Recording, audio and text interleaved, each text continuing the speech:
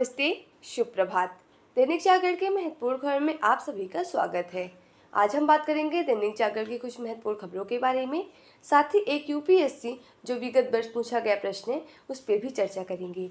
याद रखिएगा, दैनिक जागरण का राष्ट्रीय संस्करण है, तो इसमें आप लोग को वही खबरें मिलेंगी जो आपके परीक्षा के पॉइंट ऑफ व्यू से इंपॉर्टेंट होगी। आशा करती हूँ कि आप लोग को यह खबर अच्छी लगे। अगर खबर अच्छी लगे तो कृपया चैनल को लाइक शेयर सब्सक्राइब जरूर करें। धन्यवाद। तो चलिए देखते हैं आज से क्या खास खबरें, उन्हें हम एक एक करके देख लेते हैं। और खबर की तरफ आगे बढ़ने से पहले हम प्रश्नों को देखेंगे, उसके बाद खबरों को एक एक करके देख लेंगे। तो आइए देखते हैं आज का प्रश्न क्या है। यह सिविल सेवा परीक्षा विगत वर्ष 2017 का प्रश्न है। प्रश्न है, भारत की संसद किनके द्वारा मंत्रिपरिषद के कृत्यों के ऊपर नियंत्रण रखती है। पहला है स्थगन प्रस्ताव, दूसरा है प्रश्नकाल, तीसरा अनुपूरक प्रश्न। नीचे दिए गए कोड का सही प्रयोग कर सही उत्तर चुनिए। पहला विकल्प दिया हुआ केवल एक, दूसरा है केवल 2 और 3, तीसरा है केवल 1 और 3, चौथा है 1, 2 और 3। तो आप लोग से अनुरोध है कि आप लोग इसका आंसर कमेंट बॉक्स में जरूर बताएं और इस क्वेश्चन का फुल एनालाइज हम वीडियो के लास्ट में जरूर करेंगे। अगर आप लोग को इसकी पूरी जानकारी चाहिए तो आप लोग वीडियो को लास्ट तक जरूर देखें। तो चलिए देखते हैं आज की क्या खास खबरें, उन्हें हम एक एक करके देख लेते हैं। चुनाव आयोग ने उत्तर प्रदेश व बिहार समेत 6 राज्यों के गृह सचिव हटाए। मुख्यमंत्री सचिवालय में थी इनकी तैनाती। बंगाल के डीजीपी तीसरी बार किए गए पदमुक्त। सीएम सचिवालय से जुड़े होने की वजह से आम चुनाव में पार्टी विशेष को ये अधिकारी सुरक्षा पहुंचा सकते हैं। फायदा सभी के लिए समान अवसर सुनिश्चित करने के लिए उठाया गया है यह कदम। बीएमसी के कमिश्नर, एडमिरल कमिश्नर व डिप्टी कमिश्नर को भी हटाने का निर्देश दिया गया है।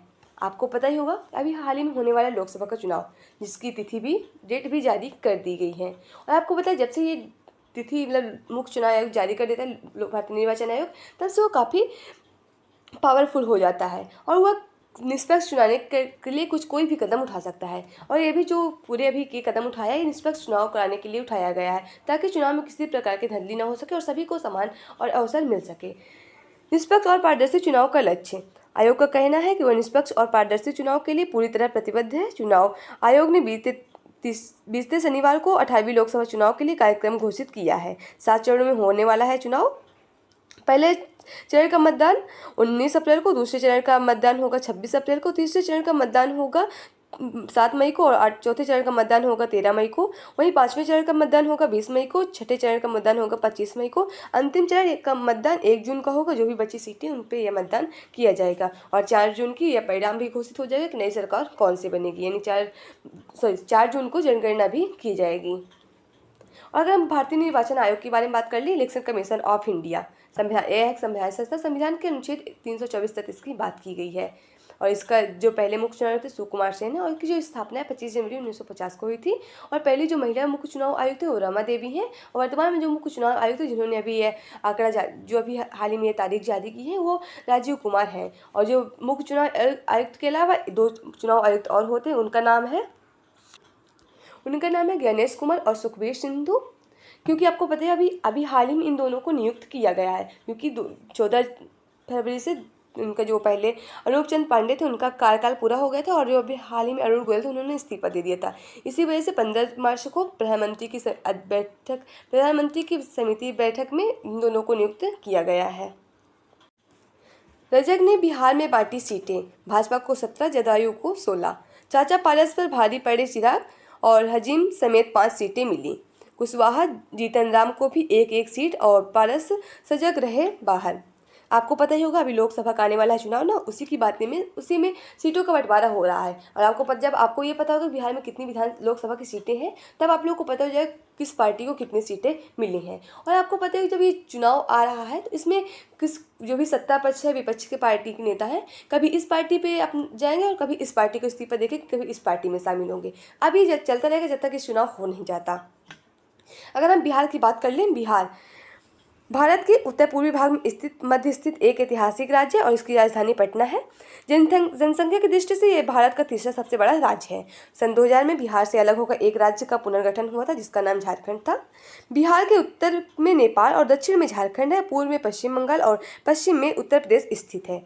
क्या आप लोग बता सकते हैं, जो पश्चिम बंगाल है वो तो पूर्व में स्थित है, लेकिन उसे पश्चिम बंगाल क्यों कहा गया? क्या आप लोग इसकी हिस्ट्री पता है? अगर आप लोग इसकी थोड़ी भी हिस्ट्री पता है तो कृपया आप लोग कमेंट बॉक्स के माध्यम माध्यम से इसका पूरा आप लोग साझा कर सकते हैं। अगर आप लोग उसके बारे में थोड़ी भी जानकारी पता हो, इसकी इतिहासकार है, इसके पश्चिम बंगाल मतलब इसे पश्चिम क्यों कहा है, तो इससे पूर्व में स्थित लेकिन इसे पश्चिम क्यों कहा गया, पश्चिम बंगाल क्यों कहा गया, तो इसे आप लोग कमेंट बॉक्स के माध्यम से जरूर बताएं।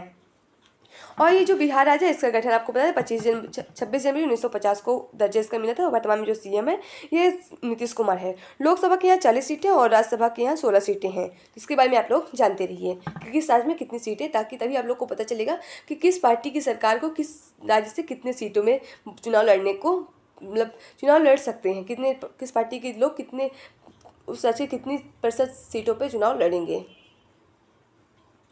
21 तक चुनावी बॉन्ड की पूरी जानकारी दे एसबीआई, सुप्रीम कोर्ट कह रहा है। कहा पूरी सूचना में चयनकर्ता रवैया नहीं अपना सकता है बैंक, और विशेष नंबर बताना होगा ताकि खरीदार और दलों को पता चल सके। सुप्रीम कोर्ट कह रहा है ताकि आम जनता को भी पता चल सके कि किस आदमी ने किस पार्टी को कितना दिया, उस पार्टी ने उस आदमी को कितना संरक्षण दिया, उस आदमी के बारे में वो पार्टी कितना काम किया है। इस सब की एक पारदर्शिता से जानकारी होनी चाहिए। सुप्रीम कोर्ट यानी सर्वोच्च अदालत की बात हो रही है। डिजिटल प्लेटफॉर्म के हिदायत प्रभावित न हो चुनावी प्रक्रिया।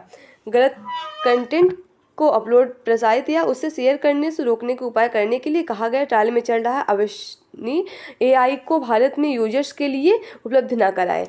अब देख रहे हैं, अब एक मुद्दा ये उठता है कि जो इस बार लोकसभा का जो चुनाव हो रहा है उसमें एआई की कितनी प्रतिशत भूमिका है। तो क्या आप लोग इसे बता सकते हैं कि एआई यानी वो आर्टिफिशियल इंटेलिजेंस की बात हो रही है, इसके बारे में क्या आप लोग थोड़ी बहुत जानकारी है, तो इसे आप लोग अगर थोड़ी बहुत जानकारी हो तो आप लोग इसे कमेंट बॉक्स के माध्यम से जरूर बता सकते हैं। क्या भूमिका रहेगी इस बार एआई की लोकसभा चुनाव में।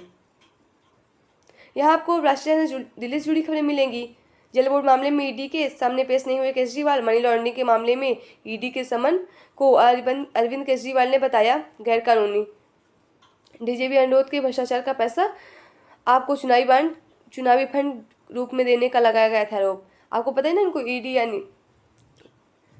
अभी नहीं हाल ही में 2 समन भेजा था, और जो एक समन भेजा था वो और मतलब आबकारी घोटाले के मामले में भेजा गया था, और जो एक और दूसरा समन भेजा गया था इन्हें मनी लॉन्ड्रिंग के केस में इन्हें भेजा गया था, जिससे उन्होंने अभी मतलब बोल दिया कि ये गैरकानूनी हमें भेजा गया है।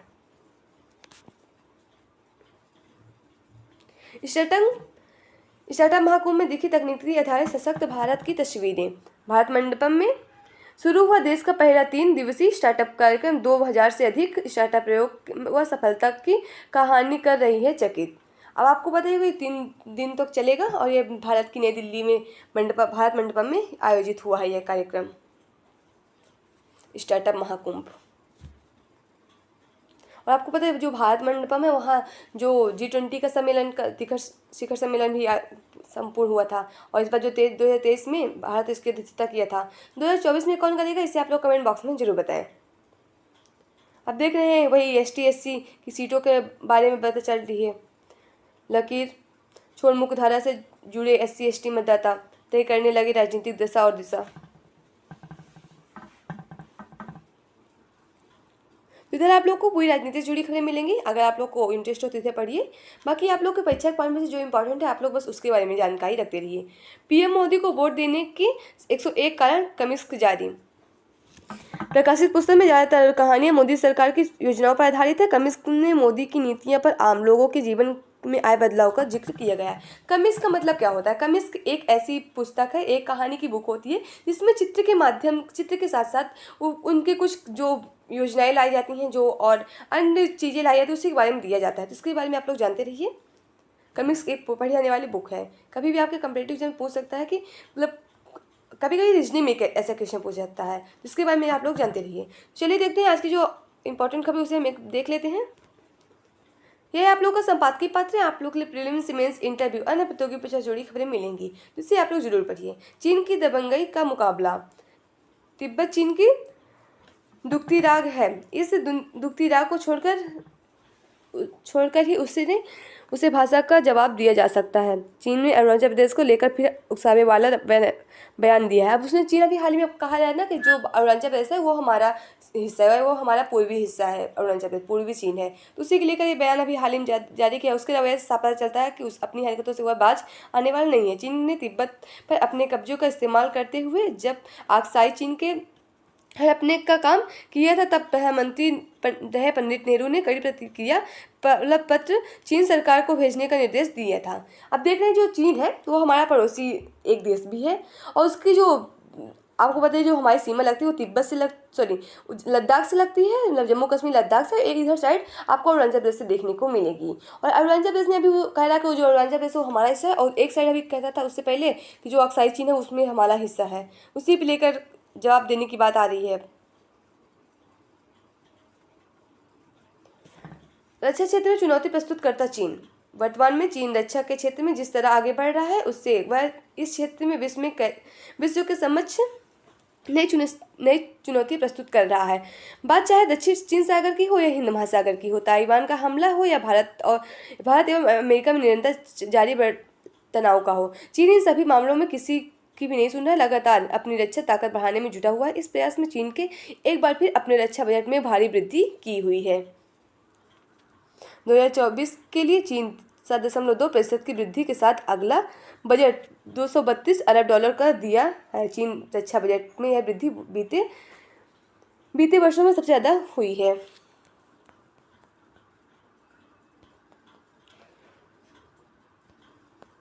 डीप टेक स्टार्टअप के लिए जल्दी नीति लाएगी सरकार।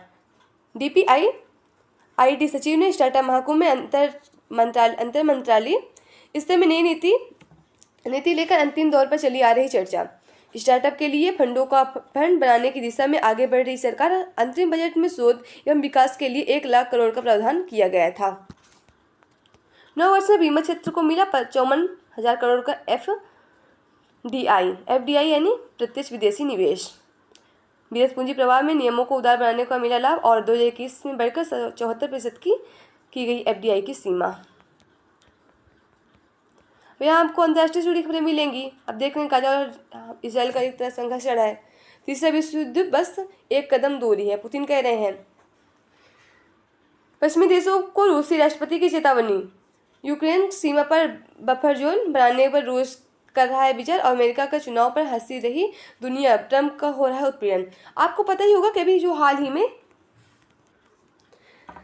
हाल ही में राष्ट्रपति चुनाव हुआ है, और जिसमें विजेता रहे हैं व्लादिमीर पुतिन, और ये 5वीं बार विजेता रह चुके हैं। और यह एक ऐतिहासिक घटना भी हो जाएगी जब इनका कार्यकाल 2030 में पूरा हो जाएगा, क्योंकि इससे पहले जो अभी रहे स्टालिन थे उनका 29 वर्ष का पूरा समय था जो राष्ट्रपति के पद पर, लेकिन उनको पछाड़ते हुए 1 साल आगे बढ़ जाएंगे।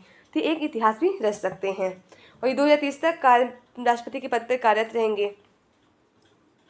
मोदी ने व्लादिमीर पुतिन को बधाई संबंधी मजबूत की उम्मीद की है, और संबंधों की मजबूती देख क्योंकि अभी हाल ही में राष्ट्रपति बने ना। अब देख रहे हैं एक समय पाकिस्तान का भी चल रहा है।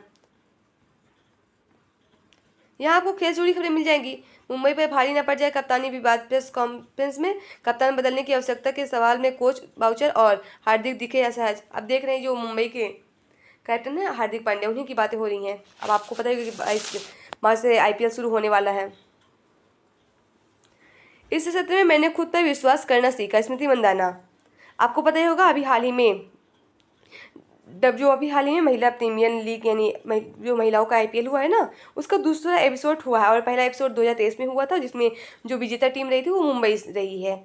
और ये जो फाइनल हुआ है इसमें RCB और दिल्ली के बीच में हुआ। विजेता टीम जो थी वो RCB थी, और यह जिस मैदान में ये हुआ अरुण जेटली स्टेडियम में हुआ है, और जिसकी कप्तान थी RCB की स्मृति मंदाना थी। तो इन सब के बारे में आप लोग जानते रहिए। और आपको पता है कि जो पुरुष ने नहीं कर सका 16 वर्ष में, वो महिलाओं ने 2 साल में कर दिखाया। तो महिलाओं को भी काफ़ी आगे बढ़ने का मौका देना चाहिए, वो किसी भी क्षेत्र में पीछे नहीं रही हैं। यहाँ आपको जनरल से जुड़ी और परीक्षा पॉइंट से जरूर खबर मिल जाएगी, जिसे आप लोग जरूर पढ़िए। एबेल पुरस्कार पाने वाली दुनिया की पहली महिला बनी करेन। 2019 में आज ही Norwegian academy of science and letters ने अमेरिका गणितज्ञ करेन केस्कुल्ला उन्हेल को नोबेल एबेल पुरस्कार देने की घोषणा की थी। यह पुरस्कार पाने वाली दुनिया की पहली महिला है। पुरस्कार की शुरुआत 2003 में हुई थी। एलन को नोबेल पुरस्कार एबेल जो पुरस्कार से नोबेल पुरस्कार की तरह ही प्रतिष्ठित माना जाता है। 8 अप्रैल को साल का पहला सूर्य ग्रहण इसरो के लिए होगा खास। आदित्य L1 को सूर्य के कोरोना का अध्ययन करने के लिए मिलेगा पहला प्राकृतिक मौका। मैक्सिको, अमेरिका और कनाडा में आएगा नजर, भारत में नहीं दिखेगा सूर्य ग्रहण। आपको पता ही होगा जो आदित्य L1 है ना, उसे 2 सितंबर को लॉन्च किया गया था और ये पहला सूर्य मिशन है भारत का। इसके बारे में आप लोग जानते रहिए। आप लोग बता सकते हैं इसे किस रॉकेट से लॉन्च किया गया था, इसका लॉन्चिंग व्हीकल क्या था? यहाँ आपको मूवी जुड़ी खबर मिल जाएगी। अगर इंटरेस्ट हो पढ़िए, ना तो कोई बात ही नहीं। तो आज की खबरें समाप्त होती है। आशा करती हूँ कि आप लोग को ये खबर अच्छी लगी। अगर खबर अच्छी लगे तो कृपया चैनल को लाइक शेयर सब्सक्राइब जरूर करें। अगर आप लोग के पास कोई सुझाव है तो भी आप लोग हमसे साझा कर सकते हैं। तो चलिए देखते हैं आज का जो प्रश्न था उसका हम लोग। आज का प्रश्न था, भारत की संसद किनके द्वारा मंत्रिपरिषद के कितनों के ऊपर नियंत्रण रखती है? इसका सही जवाब होगा ऑप्शन डी, यानी 1, 2 और 3। आइए हम लोग इसका विश्लेषण देख लेते हैं। आवश्यक सार्वजनिक महत्व को किसी निश्चित मामले में संसद का ध्यान आकर्षित करने के लिए संसद में स्थगन प्रस्ताव पेश किया जाता है। यह सदन के समान कामकाज को बाधित करता है, जिससे सरकार के खिलाफ निंदा का एक साधन बन जाता है। अतः कथन एक सही है। प्रश्न, प्रशासन या कार्यपालिका पर संसदीय निरीक्षण का एक उपकरण है। प्रश्नकाल के दौरान सरकार संसद के प्रति अपनी सभा भूल चूक के लिए जवाबदेही उत्तरदायी होती है। प्रश्न 4 प्रकार के होते हैं: तारांकित प्रश्न, अतारांकित प्रश्न, अल्प सूचना प्रश्न और निजी सदस्य के प्रश्न। अतः कथन 2 भी सही है। अनुपूरक या तारांकित प्रश्न के तहत मंत्री से मौखिक उत्तर की आवश्यकता होती है और सदस्यों के पूरक प्रश्न पूछने की अनुमति होती है। तो आज की खबरें समाप्त होती है। आशा करती हूँ कि आप लोगों को यह खबर अच्छी लगे। धन्यवाद।